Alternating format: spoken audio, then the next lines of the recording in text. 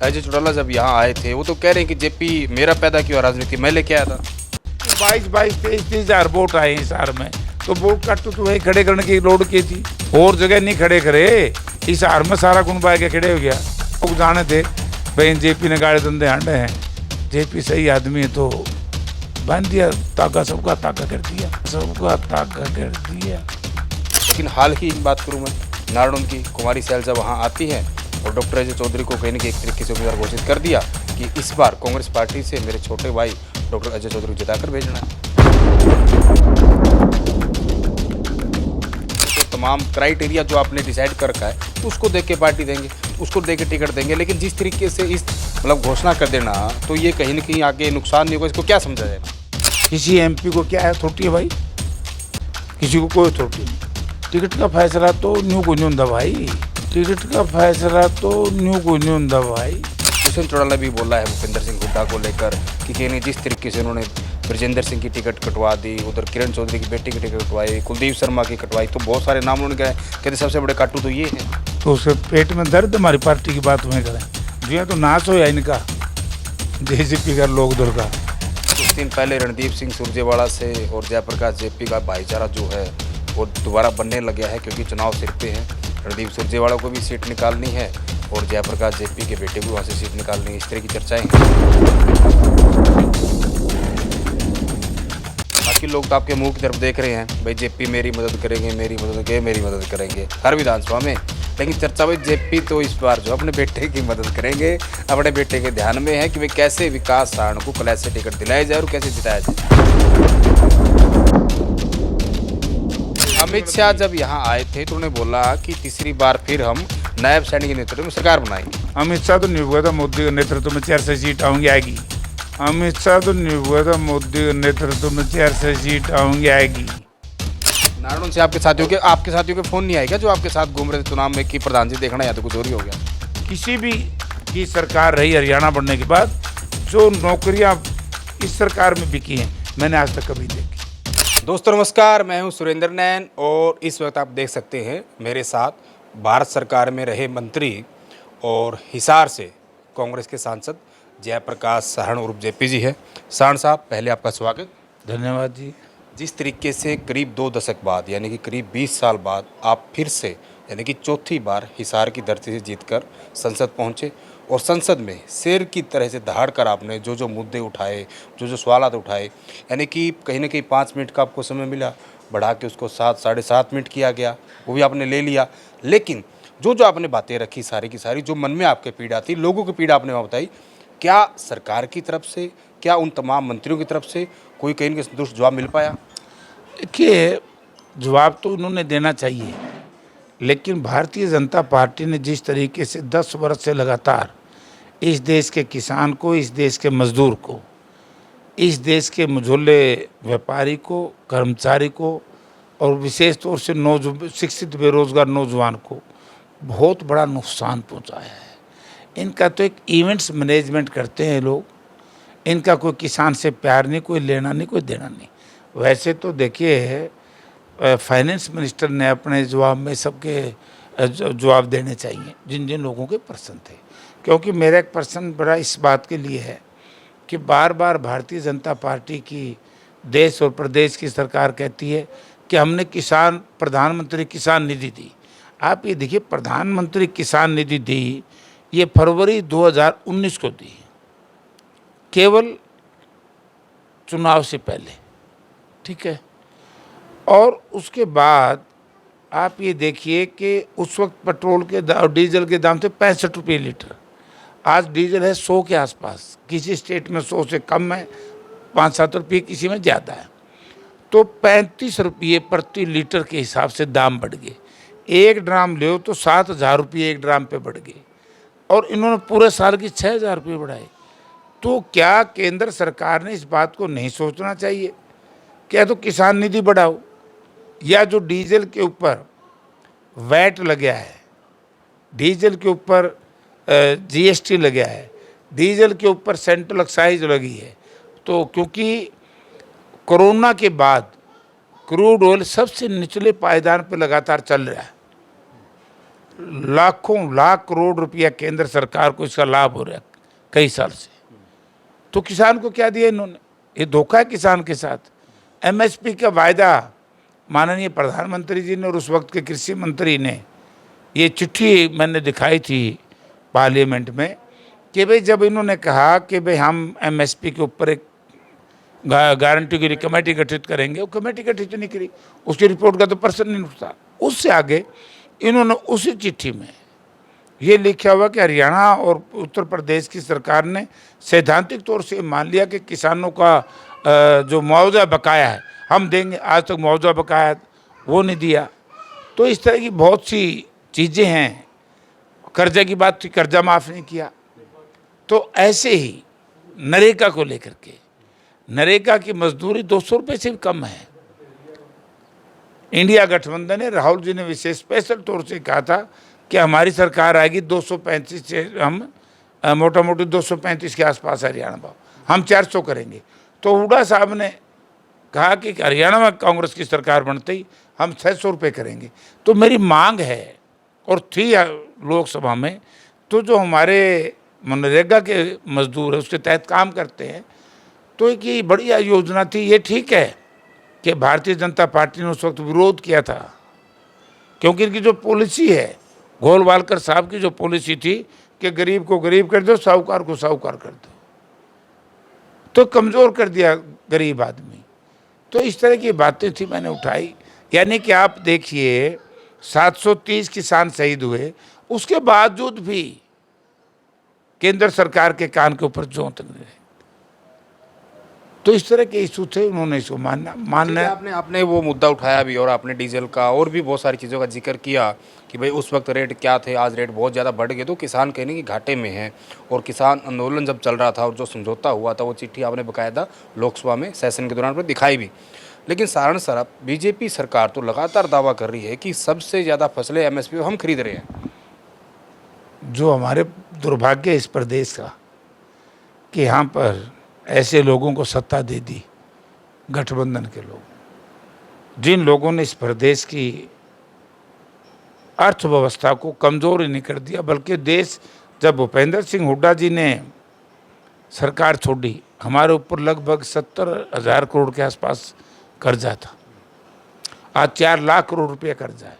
एक thermal power plant नहीं लगाया, एक एक्सप्रेस हाईवे की पेमेंट नहीं की, 1 इंच रेलवे लाइन नहीं बिछवाई, 1 इंच मेट्रो नहीं बढ़वाई, आरआरटीसी जो हिसार आनी थी दिल्ली से, उसके काम आज तक उसको नहीं छेड़ा।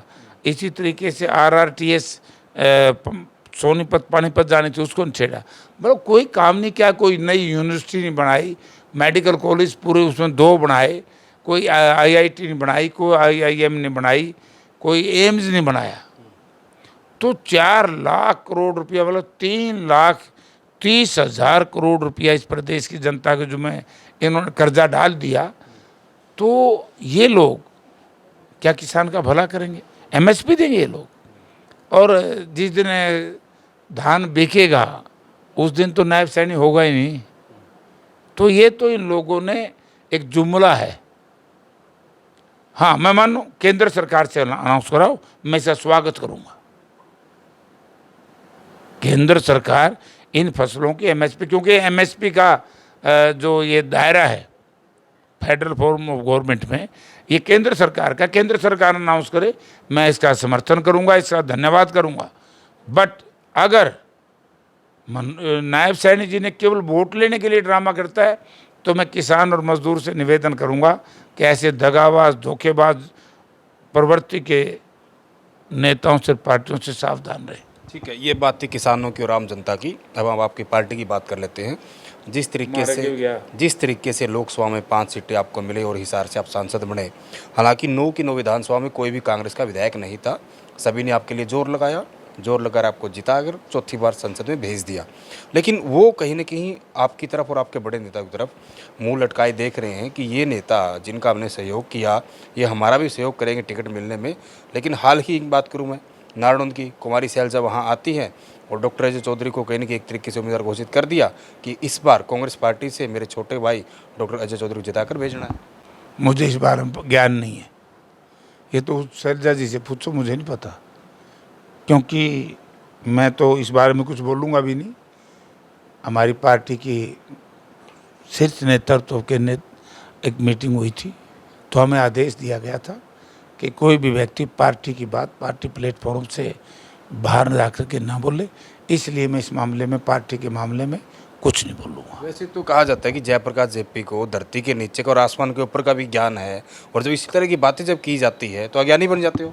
नहीं, पार्टी लाइन का आदमी हो गया मैं, पार्टी लाइन पे रहना है। नहीं, पार्टी में भाई नेशनल पार्टी है ये। पहले तो कई बरस तो इन छोटी छोटी पार्टियों में थे, अब नेशनल पार्टी है। तो ये तो जो पार्टी ने कहा मैं वही करूँगा।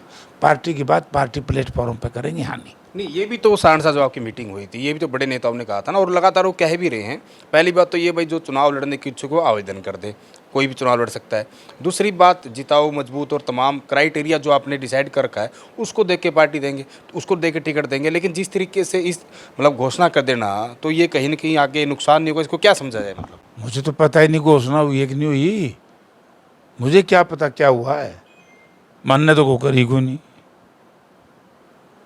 अब कौन क्या कर रहा है मुझे इस बारे में ज्ञान भी नहीं है। नारायण से आपके साथियों के फोन नहीं आए क्या, जो आपके साथ घूम रहे थे चुनाव में, कि प्रधान जी देखना, या तो कुछ और ही हो गया? ना मेरे भी किसी का नहीं टेलीफोन आया। टिकट का फैसला तो न्यू को नहीं होता भाई, हमारे तो सबको कह रखे, सब सर्वे होगा। सर्वे में जो आएगा और जो पार्टी के प्रति लॉयल होगा, पार्टी के अंदर जिसकी आस्था होगी, पार्टी का जिसमें विश्वास होगा, तो प्रदेश कांग्रेस कमेटी की जो स्क्रीनिंग कमेटी बनेगी, ये अपनी रिकमेंडेशन हाईकमांड को भेजेगी। हाईकमांड की जो हमारी सेंट्रल इलेक्शन कमेटी सीसी, वो उस पर मोहर लगाएगी। हमारा प्रोसीजर है, वो हो जाएगा। अब जिसका भी जो आएगा, नानूद हो, चाहे बरवाड़ा हो, चाहे कुलाना हो, चाहे हिसार हो, सब पे पूरा हरियाणा में यही लागू है। आपके लिए ये भी कहा जाता है, बाकी लोग तो आपके मुंह की तरफ देख रहे हैं, भाई जेपी मेरी मदद करेंगे, मेरी मदद करेंगे हर विधानसभा में, लेकिन चर्चा भाई जेपी तो इस बार जो अपने बेटे की मदद करेंगे, अपने बेटे के ध्यान में है कि भाई कैसे विकास सारण को कलैश से टिकट दिलाया जाए और कैसे जिताया जाए। मेरा काम टिकट दिवाना थोड़ा ही है, टिकट दिवाना पार्टी का काम है। सर्वे मैंने क्या है, सर्वे के हिसाब से टिकट मिलेगी। विकास सर्वे में खरा आएगा पार्टी दे देगी, नहीं आएगा तो नहीं देगी। मैं क्यों चक्कर में पड़ूं? और मैं क्या अथॉरिटी हूँ किसी को टिकट दिवा दूं? किसी एमपी को क्या अथॉरिटी है भाई? किसी को कोई अथॉरिटी नहीं। हमारे यहाँ एक सिस्टम है। सिस्टम ये है कि मैंने जैसे बताया कि प्रदेश की इलेक्शन कमेटी बनी है, वो अपनी ठीक है, वो प्रोसेस, उस प्रोसेस के तहत सारा करेंगे। आप लगातार कि मैं भूपेंद्र सिंह हुड्डा की बात करूँ या अन्य कांग्रेस के नेताओं की बात करूँ, वो कहीं ना कहीं रीजनल पार्टियों को वोट काटू कहते हैं। चुनाव में भी कहीं ना कहीं लगातार इस तरह के आपकी तरफ से भी कहा गया। दुष्यंत चौटाला भी बोला है भूपेंद्र सिंह हुड्डा को लेकर कि कहीं नहीं, जिस तरीके से उन्होंने ब्रजेंद्र सिंह की टिकट कटवा दी, उधर किरण चौधरी की बेटी की टिकट कटवाई, कुलदीप शर्मा की कटवाई, तो बहुत सारे नाम उन्होंने गए, कहते सबसे बड़े काटू तो ये हैं। तो उसके पेट में दर्द, हमारी पार्टी की बात वहीं करें। जो तो नाश होया इनका, जेजेपी का लोक दल का जो नाश होया, बता उसने क्या जरूरत है, किसकी टिकट कटी, किसकी नहीं टिकट कटी? ये हमारी पार्टी का मामला है। वो कौन होते हैं बात कहने वाले? क्या हैसियत है उनकी? ये हमारी पार्टी का मामला है। हम कह सकते हैं, मैं कह सकता हूँ कि वोट काटू के रूप में काम करते हैं। क्यों नहीं करते? दुष्यंत को 2019 में जनता ने बीजेपी को सरकार से अलग करने के लिए वोट दिए थे, और दुष्यंत ने जो जो वायदे किए थे, जमुना पार, इधर पार, उधर पार, ब्याह किसी का, दुल्ला कोई अपने गरेबान में झांक ले, इसलिए ब्रांड माटी हो रही है इसकी। ये झूठ बोलते हैं लोगों के सामने। यही अब दूसरे की तो पूछ ले, यही हाल तो उस दूसरे की लोक दल की है।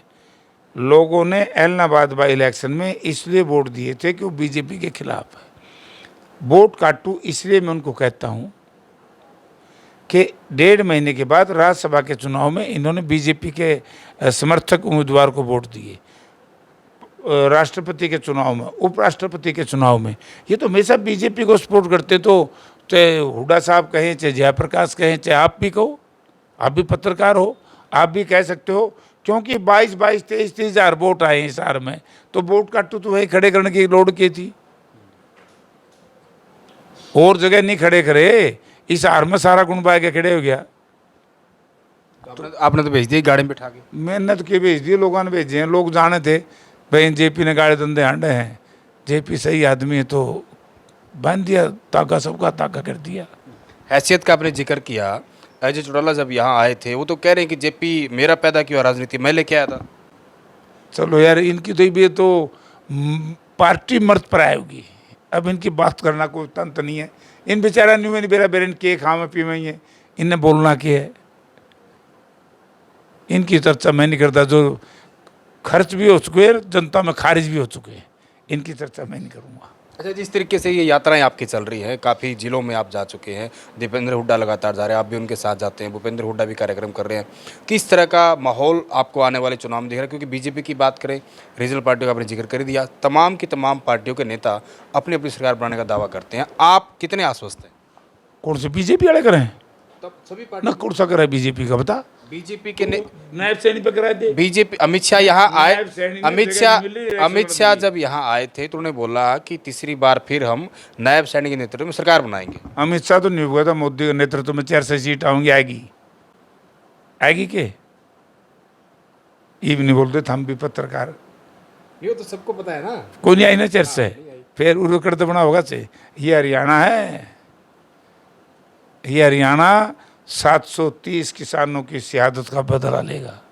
ये हरियाणा उन मजदूरों का जो कोरोना काल में बेचारों ने अपने बच्चों को किस तरीके से लालन पालन किया है, अपने पान का बदला लेगा। ये संविधान को बदलने का जो षड्यंत्र था, इस देश का SC BC, इस देश का कमेरा, इस देश का हर इंसान जो बोलने की स्वतंत्रता चाहता है, जो आज़ादी चाहता है, वो इस पार्टी को कभी माफ़ करेंगे जो इस तरह के षड्यंत्र रचेंगे संविधान बदलने के? और फिर केंद्र में जब लोकसभा का सेशन चल रहा था, कई केंद्रीय मंत्रियों ने कहा हम संविधान नहीं बदल रहे थे, कांग्रेस ने गलत कहा। कांग्रेस ने कैसे गलत प्रचार किया है, इंडिया गठबंधन ने कैसे गलत प्रचार किया? इनके 5 उम्मीदवारों ने ये इस तरह के बयान किए। नंबर 2, आप ये देखिए कौशल रोजगार निगम, जिसके बारे में मैं पार्लियामेंट में बोल रहा, कौशल रोजगार निगम में SC BC, sports person, ex serviceman, dependent, उनका तो रिजर्वेशन है ही नहीं।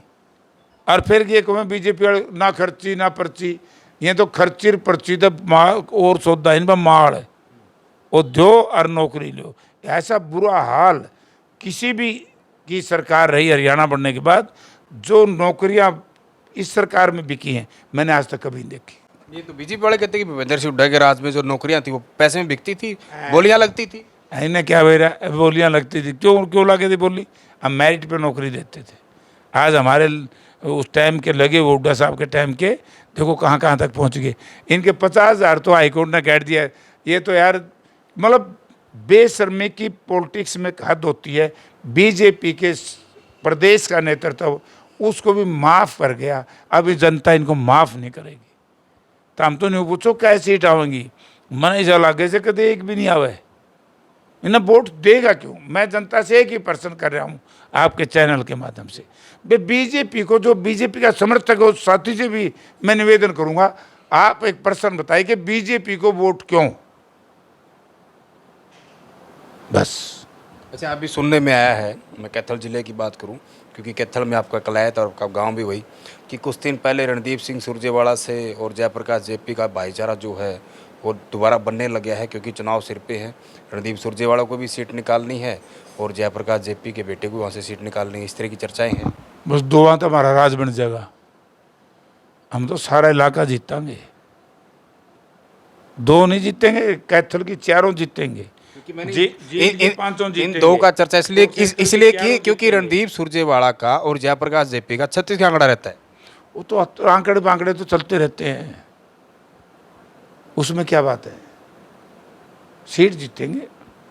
ठीक है, बहुत बहुत शुक्रिया जयप्रकाश सारण जी बातचीत करने के लिए। तो ये थे हिसार से कांग्रेस के सांसद जयप्रकाश सारण, जो हमेशा बड़ी बेबाकी से और बड़े बुलंद आवाज़ में अपनी बात रखते हैं और जो कहीं न कहीं लगातार कांग्रेस पार्टी पर जो आरोप थे या फिर जो मुद्दे थे, बड़ी खुलकर उन्होंने बात रखी। और जयप्रकाश सारण जो है वो लगातार आश्वस्त है कि इस बार पूर्ण बहुमत से जो है हरियाणा में कांग्रेस की सरकार बनने जा रही है। और चाहे उनके बेटे की बात करें विकास सारण की, या फिर अन्य जो कहीं न कहीं जयप्रकाश सारण के चहेते हैं, जिनको उम्मीद है, तो उनके भी जो कहीं न कहीं सवालात थे, वो तमाम की तमाम बातें उन्होंने साफ तौर पर कही कि जो पार्टी का फैसला है, चाहे मेरा बेटा हो या फिर अन्य लोग हो, उसका फैसला जो है पार्टी जिस तरीके से करेगी, जो पार्टी का एक प्रोटोकॉल है, जो एक प्रोसेस है, उसी के तहत जो कहीं न कहीं उम्मीदवार जो पार्टी इस बार उतारने वाली है। हालाँकि आपको क्या लगता है कि इस बार हरियाणा में किसकी सरकार बनने वाली है? और कहीं न कहीं जिस तरीके से जो बातें सारण साहब ने कही, आप इनकी बातों से कितने सहमत हैं? खुलकर कमेंट करें और वीडियो को ज़्यादा से ज़्यादा शेयर करें।